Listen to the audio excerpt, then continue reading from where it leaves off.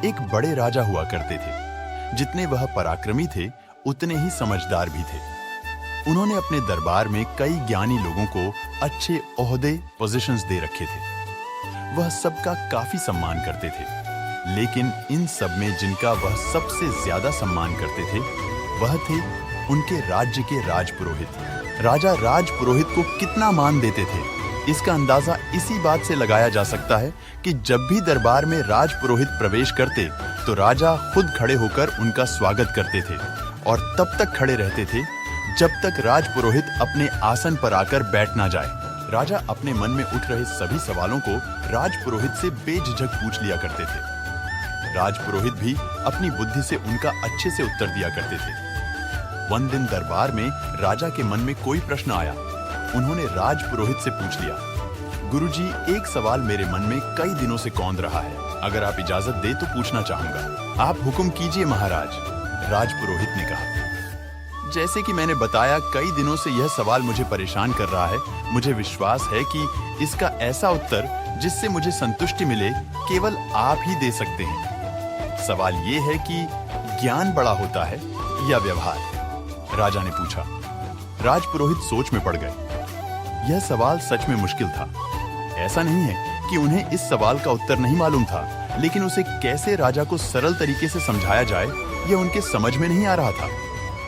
राजपुरोहित ने विनती कर राजा से कुछ दिनों की मोहलत मांग ली ताकि कोई ऐसा तरीका ढूंढ सके जिससे इस सवाल का उत्तर राजा को संतुष्ट कर पाए। दरबार खत्म हो गया। राजपुरोहित अपने घर वापस लौट गए। उस दिन से वो चिंता में रहने लगे। उन्हें समझ नहीं आ रहा था कि कैसे राजा के सवाल का उत्तर दिया जाए। 2-3 दिन बीत गए, लेकिन राजपुरोहित अभी भी इसी कशमकश में थे और वह ना अच्छे से सोते थे, ना ही ठीक से सो पाते थे, ना ही खा पी पा रहे थे। उनकी पत्नी यह सब देख रही थी, सो पत्नी ने राजपुरोहित से उनकी परेशानी का कारण पूछा। राजपुरोहित ने सारी समस्या अपनी पत्नी से कही।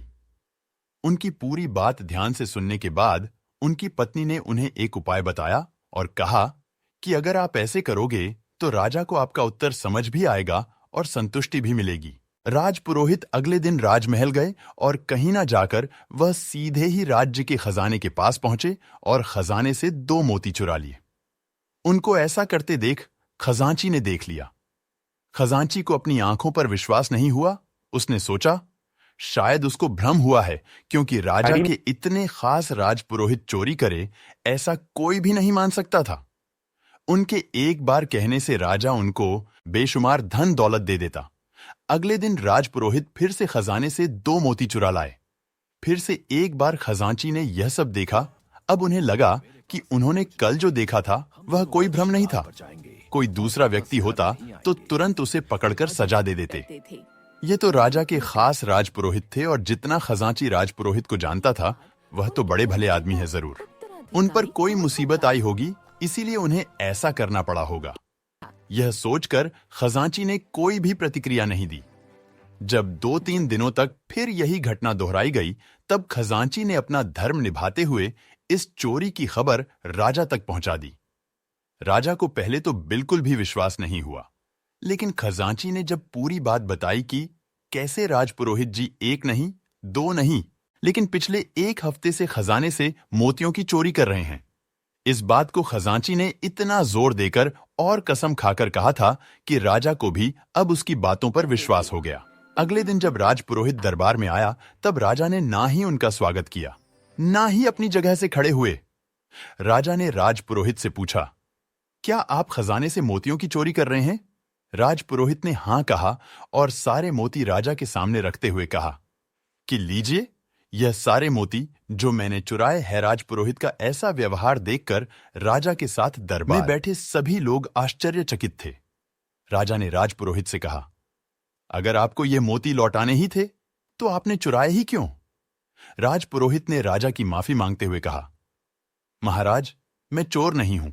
मैंने यह सब इसीलिए किया क्योंकि आपने कुछ दिनों पहले मुझसे जो प्रश्न किया था उसका संतुष्टि भरा उत्तर आपको दे सकूं। जैसे कि यहां उपस्थित सभी लोगों ने यह देखा कि आज महाराज ने ना ही मेरा स्वागत किया और ना ही पहले की तरह मुझे इज्जत दी, जबकि अभी भी मेरे पास उतना ही ज्ञान है जितना पहले था। बस कुछ बदला था तो मेरा व्यवहार। इससे यही साबित होता है कि आपके पास चाहे जितना ज्ञान हो, अगर आपका व्यवहार अच्छा नहीं है तो सब व्यर्थ है। इसलिए व्यवहार सबसे बड़ा है, ज्ञान नहीं। राजा राजपुरोहित की बातों से और उनके द्वारा दिए गए इस अनोखे उत्तर से बहुत प्रसन्न हुए। उन्होंने आज जैसा व्यवहार राजपुरोहित के साथ किया था उसके लिए माफी मांगी और एक बड़ा इनाम उन्हें दिया।